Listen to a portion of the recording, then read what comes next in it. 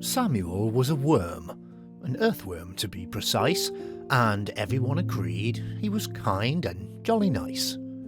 He had a home, he had 2 kids and a lovely wormy wife, yet Samuel felt that something still was missing from his life. Then, one day, he worked it out, and he told a passing cat, "The one thing missing from my life is a beautiful new hat." "If I had a hat," said Samuel, "life would be a pure delight. I'd be handsome in the daytime, and I'd be dashing in the night. A wormy hat would set me apart. Among worms I'd be a king.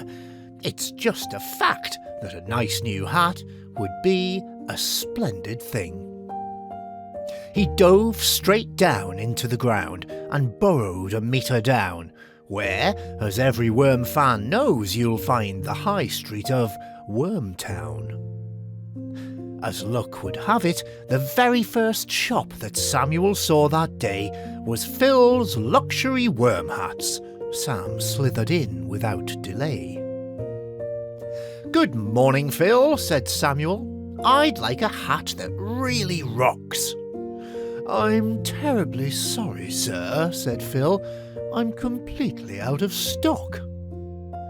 "You're out of hats? In a hat shop?" said Samuel with surprise. "In, as you say, a hat shop, sir," said Phil with narrowed eyes.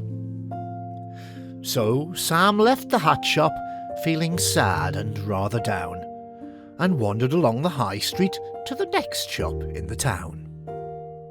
Next door to Phil's Luxury Worm Hats was another quality store. "Simon's Socks of Distinction," the sign read above the door. "A sock shop," thought Samuel. "This fills me with good cheer." And he headed towards the superstore with a super-strength idea. "Ting-a-ling-a-ling," said Simon the owner as Samuel alit. Simon had meant to buy a doorbell but hadn't got round to it. "How can I help you this fine day?" said shopkeeper Simon to Samuel. "Please peruse our stocks of socks in this year's Sock Buyers Bumper Annual." "No need to read, thank you, Simon. 1 sock is all I require." "How bizarre," thought Simon. "What an unusual worm sock buyer." "I'm terribly sorry, sir, but we only sell socks in pairs." "But I have no feet, you fool," said Sam, and left by the back stairs. Then Sam saw at the end of the street a shop he'd never seen before. This could be good, he thought, heading towards Billy's enbiggifier store. Without a moment of delay and without further ado, he went up to the shop doors and he burst right through. "Good morning," said Billy. "You gave me quite a shock. And before you ask, I'm afraid that I do not sell socks." "I don't want socks," said Samuel. "I wouldn't be so silly. I would like to buy one of your finest enbiggifiers, Billy." "Certainly, sir. I'm recommending the T42 today." "Brilliant," said Billy. "Is contactless okay?" So he paid for the machine, and without another sound, he dragged it out of the high street and back up over ground. He flicked the switch, but nothing happened. Had it been a waste of money? Then a beam of light shot out, and Samuel started feeling funny.